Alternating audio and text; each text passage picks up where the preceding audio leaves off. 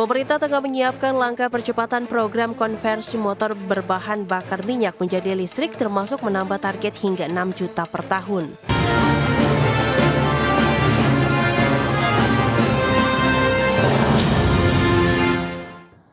Pemerintah tengah menyiapkan langkah percepatan program konversi motor BBM menjadi listrik dengan target 6 juta unit per tahun. Dan untuk mempercepat implementasi program tersebut, pemerintah telah membentuk Satuan Tugas Transisi Energi. Pemerintah tengah menyiapkan langkah percepatan program konversi motor berbahan bakar minyak menjadi listrik termasuk menambah target hingga 6 juta per tahun. Penambahan target konversi motor BBM ke listrik ini lantaran banyak penemuan teknologi baru. Terkait kemungkinan pemberian subsidi seperti yang pernah dilakukan sebelumnya, Menteri SDM Bahlil Lahadalia mengatakan pemerintah sedang menyiapkan formulasi yang tepat. Skema dukungan masih akan dibahas lebih lanjut oleh satuan tugas yang baru dibentuk untuk mempercepat implementasi energi bersih. Ada subsidi juga Pak, itu bakal Sebelumnya memang ada konversi, setiap tahun ada sekitar 200.000 motor yang dikonversi dari motor listrik, dari motor bensin ke motor listrik. Tapi sekarang kan sudah mulai ada teknologi yang lebih murah, jadi mungkin sekitar 5 sampai 6 juta, jadi semakin kesini semakin murah. Pemerintah membentuk Satuan Tugas Transisi Energi untuk mempercepat implementasi program termasuk konversi motor konvensional yang jumlahnya mencapai 120 juta motor menjadi motor listrik. Pemerintah menargetkan implementasi program tersebut dapat berjalan maksimal dalam waktu 3 hingga 4 tahun, bahkan diharapkan bisa terrealisasi lebih cepat. Dari Jakarta, Tim Liputan, IDEX Channel. Ya, pemirsa, untuk membahas tema kita kali ini, Satgas Percepatan Transisi Energi Game Changer Kedaulatan Energi Hijau Nasional. Kita sudah tersambung melalui Zoom bersama dengan Bapak Yayan Satyakti, pengamat ekonomi energi dari Universitas Padjadjaran. Kemudian ada Ibu Rini Wati Sinaga, Public Relations Executive Asosiasi Industri Sepeda Motor Listrik Indonesia. Langsung saja kita sapa ini. Halo, Bu Rini, apa kabar? Alhamdulillah baik. Baik, terima kasih atas waktu yang disempatkan Bu Rini. Pak Yayan, apa kabar Pak? Alhamdulillah baik. Baik, terima kasih juga atas waktu yang disempatkan. Pak Yayan, lantas bagaimana Anda melihat urgensi ini dari sisi pembentukan Satgas Percepatan Transisi Energi untuk saat ini? Apakah memang ini untuk mengefektifkan lagi menuju pencapaian target kedaulatan energi hijau nasional atau bagaimana Anda melihatnya? Oke. Kita lihat dulu ya bahwa kondisi yang disebut sebagai sejauh mana efektivitas dari program transisi energi ini itu berdampak terhadap kondisi ketahanan energi pada saat ini. Oke. Nah, jika kita lihat ya bahwa yang disebut sebagai transisi atau disebut juga sebagai substitusi ini berbicara mengenai pasar yang efektif. Jadi pasar yang efektif ini sejauh mana bahwa katakan pump to electricity atau fossil fuels pump. Jadi kita menghitungnya sejauh mana bahwa fossil fuels atau pertalite ya, ini kan yang paling banyak itu pertalite. Nah itu mampu digantikan oleh listrik. Dan kemudian sejauh mana bahwa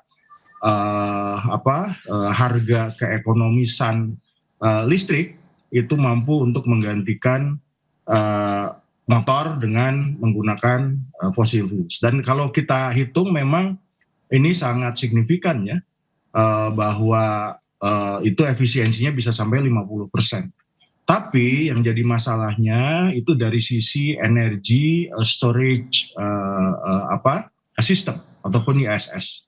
Nah, energy storage system ini, di Indonesia itu sudah sejauh mana bahwa pasar ini mampu untuk merespon terhadap permintaan dari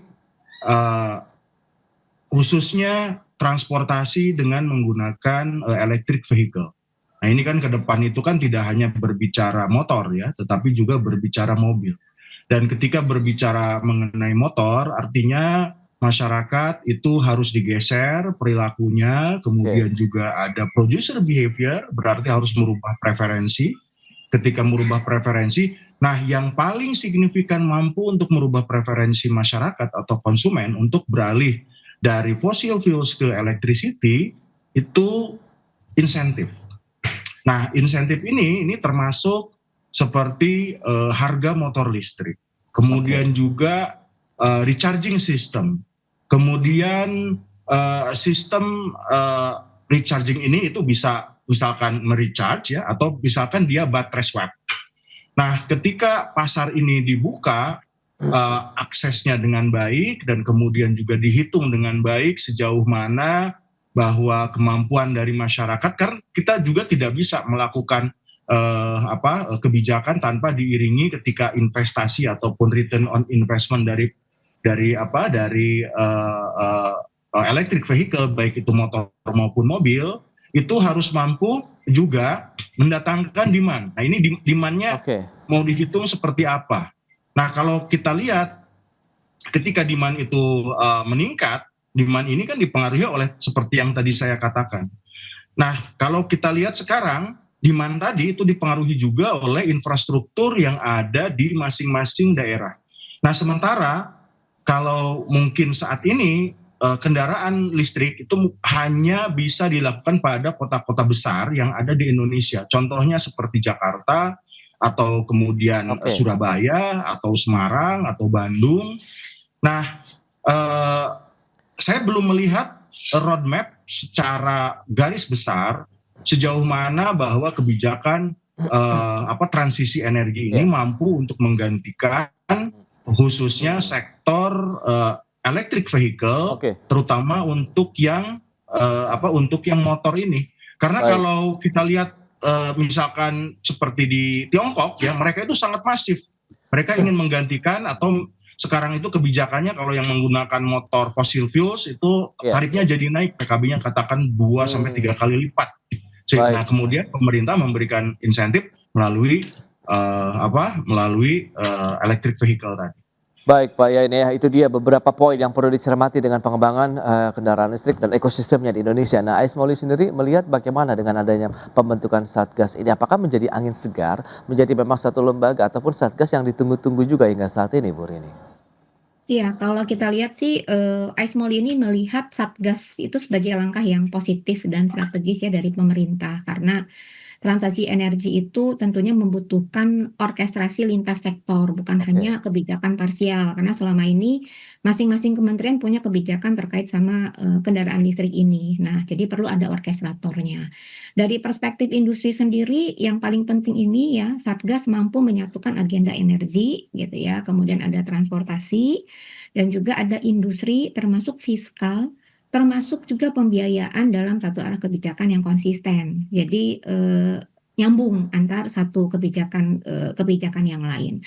Kalau secara regulasi kan sebenarnya kendaraan listrik dan konversi itu sudah cukup tersedia ya. Payung utamanya itu yang di Perpres 55 tahun 2019 diperkuat oleh Perpres 79 tahun 2023 gitu ya. Tapi isu utamanya sebenarnya bukan di sisi aturan, tapi bagaimana pemerintah menjalankan komitmen jangka menengah dan jangka panjangnya gitu ya, supaya pelaku industri itu berani berinvestasi dan masyarakat melihat program ini sebagai kebijakan yang serius, bukan cuma sebagai kebijakan sesaat gitu. Jadi memang Satgas ini harapannya bisa menjadi game changer, karena fokusnya bukan hanya menetapkan target, tapi memastikan bagaimana eksekusi lintas kementerian berjalan konsisten dalam horizon minimal 5 tahun.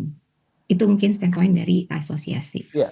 Dan salah satu tugas Satgas Percepatan Transisi Energi ini kan konversi 120 juta unit sepeda motor BBM menjadi sepeda motor listrik dalam waktu 4 tahun begitu. Nah, AS Moli sendiri melihat sejauh mana Anda melihat target ini ya dengan ekosistem industri sepeda motor listrik saat ini yang juga disampaikan oleh Pak Ian, masih ada tantangan tersendiri terutama di daerah-daerah begitu, Bu Rini?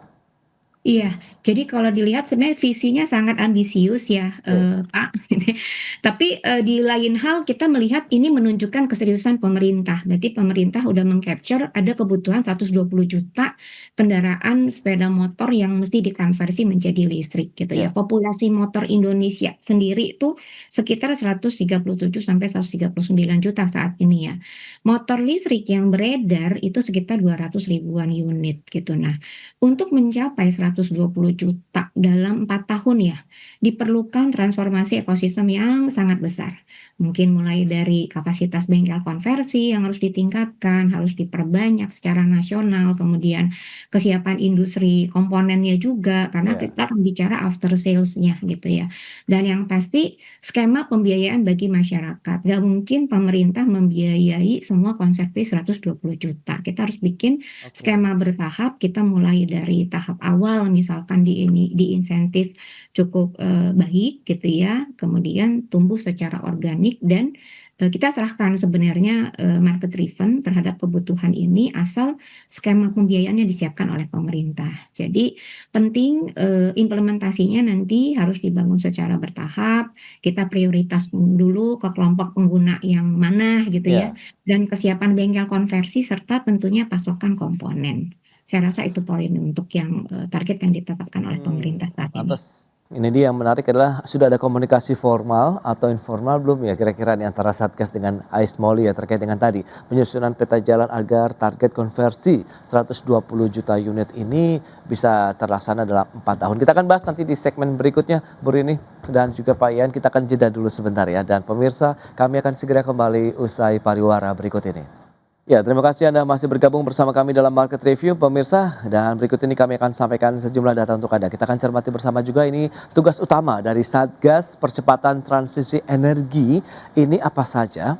Yang pertama ada akselerasi konversi 120 juta motor BBM menjadi motor listrik. Tadi yang sudah disampaikan tantangannya apa saja, kendala-kendalanya apa saja, insentif juga yang masih dibutuhkan untuk bisa meningkatkan preferensi masyarakat untuk beralih ke motor listrik. Kemudian mengawal pembangunan 100 gigawatt pembangkit listrik tenaga surya. Ada konversi PLTD menjadi PLTS untuk efisiensi subsidi listrik. Kemudian juga konversi kompor gas menjadi kompor listrik.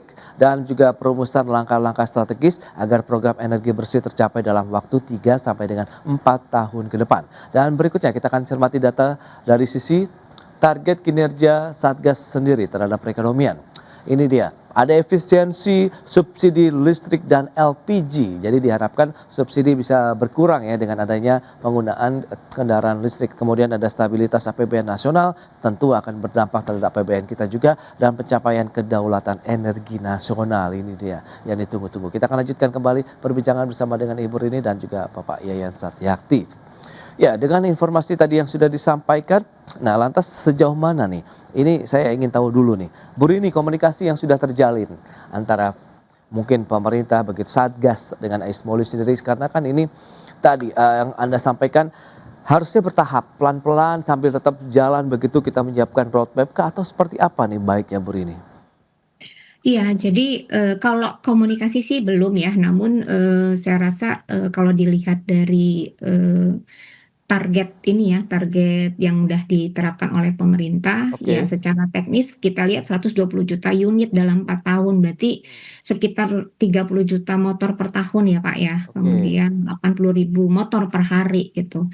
Nah ini jelas sangat menantang gitu ya, dengan kapasitas ekosistem saat ini gitu, karena ya harusnya sih kita membangun fondasi ekosistemnya terlebih dahulu. Jadi dicek tuh jaringan bengkel konversi nasionalnya seperti apa. Kemudian standarisasi komponen dan baterainya Ya. udah belum gitu ya. Terus supply chain lokal seperti apa gitu. Dan model pembiayaannya udah ada belum gitu Pak. Jadi ekosistem kita bentuk dulu, harapannya setelah ekosistem terbentuk itu angka konversi akan meningkat secara natural. Jadi target ini mungkin memang kita tidak akan melihatnya sebagai beban angka ya Pak, tapi bagi kita penting kita membangun pasar yang tumbuh sehat selama minimal 5 tahun dengan komitmen kebijakan yang stabil, kemudian memberikan kepastian kepada industri sehingga mereka bisa meningkatkan kapasitas, berarti berinvestasi dalam hal ini. Dengan kapasitas meningkat, kebutuhan ada, harga konversi kitnya bisa kita turunkan karena skala volume dan ekonominya juga tercapai gitu ya, lokal konten juga meningkat. Jadi akhirnya program ini akan bisa tumbuh secara organik gitu. Nah untuk itu kami dari asosiasi sangat mendukung bila kami bisa dilibatkan di dalam pembuatan roadmap ini gitu. Karena terus terang di 2023 dan 2024 sebenarnya kita banyak sekali mendapatkan banyak masukan gitu ya terhadap program yang udah jalan sebelumnya. Saya rasa Oke, begitu, Pak. baik baik. Nah, Pak Yayan, lantas kalau kita cermati dua tugas utama Satgas ini kan mempercepat pembangunan 100 gigawatt pembangkit listrik tenaga surya. Ada juga konversi tadi motor listrik yang targetnya ya paling lambat 4 tahun. Anda melihat bagaimana jangka waktu penugasan tersebut? Apakah realistis tadi kalau dilihat dengan beberapa tantangan infrastruktur yang seperti Anda sampaikan dan juga Bu Rini nampaknya concern juga begitu ya terkait dengan ketersediaan ekosistem infrastruktur pendukungnya begitu. Mungkin apakah bisa paralel begitu dalam 4 tahun ke depan atau seperti apa nih Pak Yayan? Ya, memang tadi ya seperti yang diungkapkan oleh Bu Rini, kalau kita lihat ya secara teoritis, yang pertama kita target dulu di sini keekonomisan dari electric vehicle dulu. Oke. Kenapa? Itu penting untuk menjaga kepastian khususnya dari sisi kepastian regulasi dan kepastian insentif itu bagi investor. Itu dulu yang perlu dibereskan. Oke. Nah, ketika ada selisih ataupun gap antara keekonomisan harga motor listrik itu dengan kemampuan masyarakat, nah baru itu insentifnya itu apakah akan ada di produsen atau akan ada di konsumen. Karena kalau di produsen, oh berarti di sini seperti ini Bu Rini memperoleh fasilitas misalkan memperoleh diskon impor. Kemudian juga akan memperoleh misalkan ada beberapa spare part yang mungkin itu bisa dijadikan sebagai insentif fiskal. Nah, selain hal tersebut, itu juga berlaku bagi para misalkan penghasil spare part ya, industri-industri kecil. Nah, ini juga harus diberi insentif. Nah, dari sisa selisih antara keekonomian dan kemudian dengan harga yang akan ditetapkan oleh pemerintah itu harus dihitung dulu dengan baik. Nah, sehingga investor ataupun teman-teman di sini yang di asosiasi jadi bisa berhitung. Oh, ternyata saya akan kebagian sekian, ini sekian, dan pasti itu akan karena demand-nya ini relatif menarik, itu pasti akan menarik. Karena apa? Karena ketika tiap tahun dengan jumlah sekian yang besar, nah sehingga si ekosistem itu akan dibangun dengan baik. Jadi jangan sampai kalau misalkan kita pakai, oke, kita akan tambah, tapi insentif fiskal khususnya hubungan antar industri ini tidak terjadi, itu menjadi percuma. Nah, ketika industri tadi itu bergerak, baik itu dari katakan sisi industri, kemudian juga nanti dari wholesale, seller, reseller ya sampai dengan bengkel itu bisa berjalan dengan baik dan memperoleh insentif dan memperoleh bekal yang pasti ya dalam artian di sini profit, maka itu akan menjadi atraktif. Itu dulu yang harus dikejar oleh pemerintah. Nah, setelah ketika hitung-hitungannya itu udah baik, baru kemudian investasi itu diberikan untuk membuka terutama dari sisi perbaikan regulasi dan iklim investasinya. Jadi turunan-turunan yang tadi regulasi sudah disebutkan oleh Bu Rini itu dikejar juga oleh penanaman modal, kemudian di wilayah wilayah lokal, kemudian pengembangan industri. Nah, di sini mungkin sinkronisasi tadi akan lebih jelas, terstruktur. Jadi kalau saya sih melihatnya bahwa ketika kita berbicara transisi dan renewables itu harus memiliki nilai keekonomiannya dulu. Karena apa? Karena kalau dibiarkan bahwa renewable berkompetisi dengan fossil fuels ya tanpa adanya insentif fiskal dalam jangka waktu tertentu, ketika misalkan preferensi masyarakat itu masih tergantung fossil fuel, itu kan jadi percuma. Jadi seolah-olah akan jadi proyek mangkrak. Oke, tapi kalau lihat kondisi seperti saat ini, Anda melihat optimisme ke depan begitu untuk pengembangan. Kalau dari sisi demand, iya. Kalau dari sisi demand, ya. Tapi kalau saya curiganya, ini tidak akan, kalau tidak dijaga bahwa industri ini untuk domestik, ini menjadi benefit bagi importir. Jadi perusahaan-perusahaan yang misalkan seperti dari Tiongkok atau negara lain itu akan dengan mudah masuk karena mereka kan insentif fiskalnya kan sudah ada di Cina atau misalkan di negara lain. Jadi mereka tinggal jualan di sini. Jadi yang rugi pengusaha lokal yang ada di sini. Baik Pak Ian. Terakhir ini Bu Rini, lantas bagaimana harapan dengan kehadiran Satgas untuk pengembangan juga kendaraan listrik khususnya motor listrik di Indonesia? Sebenarnya kan dari sisi demand sebenarnya sudah mulai terbentuk ya. Masyarakat sudah mulai paham, sudah mulai familiar lah ya dengan kendaraan listrik apalagi motor begitu Ibu. Ya, Jadi, betul gitu ya, saya tuh selalu mengulang terkait sama komitmen, Pak gitu ya, karena, Oke. kita pernah, punya program selesai 2 tahun gitu, padahal untuk Oh, membangun satu pondasi rasanya 2 tahun itu terlalu cepat gitu. Jadi pertama, untuk terkait sama roadmap nasional gitu ya, harus ada komitmen kebijakan jangka menengah tadi yang minimal 5 tahun gitu ya, agar industri itu berani berinvestasi gitu. oke. Program konversi itu tidak akan tumbuh jika insentif, kuota, ataupun desain programnya berubah-ubah setiap tahun. Jadi ini yang mesti diikat, kebijakannya harus berlaku multi years. Kedua, tadi segmentasi pasar yang jelas. Kita mulailah dari segmen yang secara rasional, secara ekonomi itu mempengaruhi gitu ya, ataupun doable Pak gitu ya, kayak ojek, kurir gitu ya, armada operasional, pekerja komuting, even mungkin, seperti perusahaan-perusahaan BUMN gitu ya. Jadi motor-motor dinas ataupun operasional mereka yang, eee, ICE itu dikonversi menjadi, listrik gitu ya. Hmm, Kemudian mungkin juga di daerah-daerah yang, ada kesulitan di sisi logistik BBM-nya gitu, Pak. oke. Kemudian tentunya ketiga itu, penguatan dari sisi bengkel konversi dan SDM teknis. Sebenarnya asosiasi udah punya beberapa program bagaimana kita bisa menguatkan, si SDM teknis dengan membuat, beberapa program sertifikasi ke SMK-SMK, Pak, gitu. Nah, itu nanti bisa Oke. kita perbanyak gitu ya. Hmm, Kemudian penurunan biaya kit, nah ini yang kaitannya sama komponen lokal. Nah, ini yang perlu ada certainty dari sisi pemerintah pada saat ada perusahaan lokal yang ingin berinvestasi membangun konversi kit itu gitu. Udah ada Pak di oke. anggota di kami gitu ya, yang memang fokus di sana. Nah, ini kita bicara komitmen dari pemerintah saja. Dan kelima tentunya Satgas ini, terkait sama targetnya tadi harus ada monitoringnya dan monitoring ini harus berbasis data gitu ya.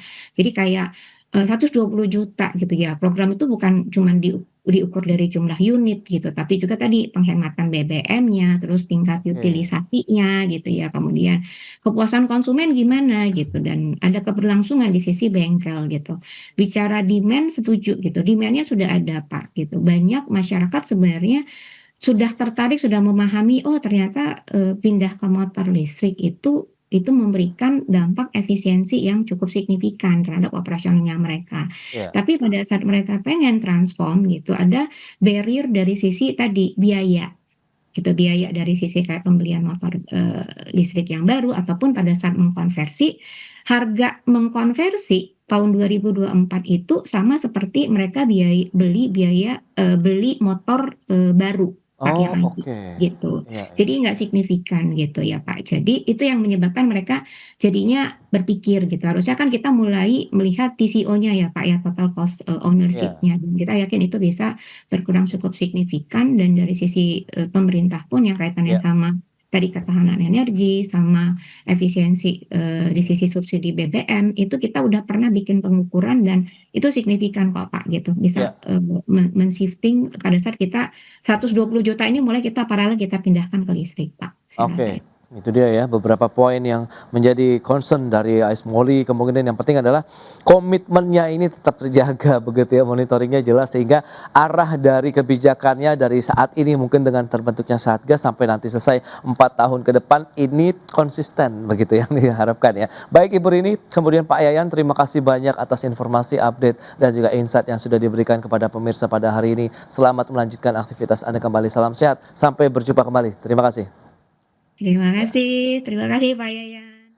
Baik pemirsa, 1 jam sudah saya menemani Anda dalam Market Review dan perbaharui terus informasi Anda hanya di IDX Channel, your trustworthy and comprehensive investment reference. Karena urusan masa depan harus sedepan, aku investor saham. Saya Prasetyo Wibowo, beserta seluruh kerabat kerja yang bertugas pamit undur diri. Terima kasih dan sampai jumpa.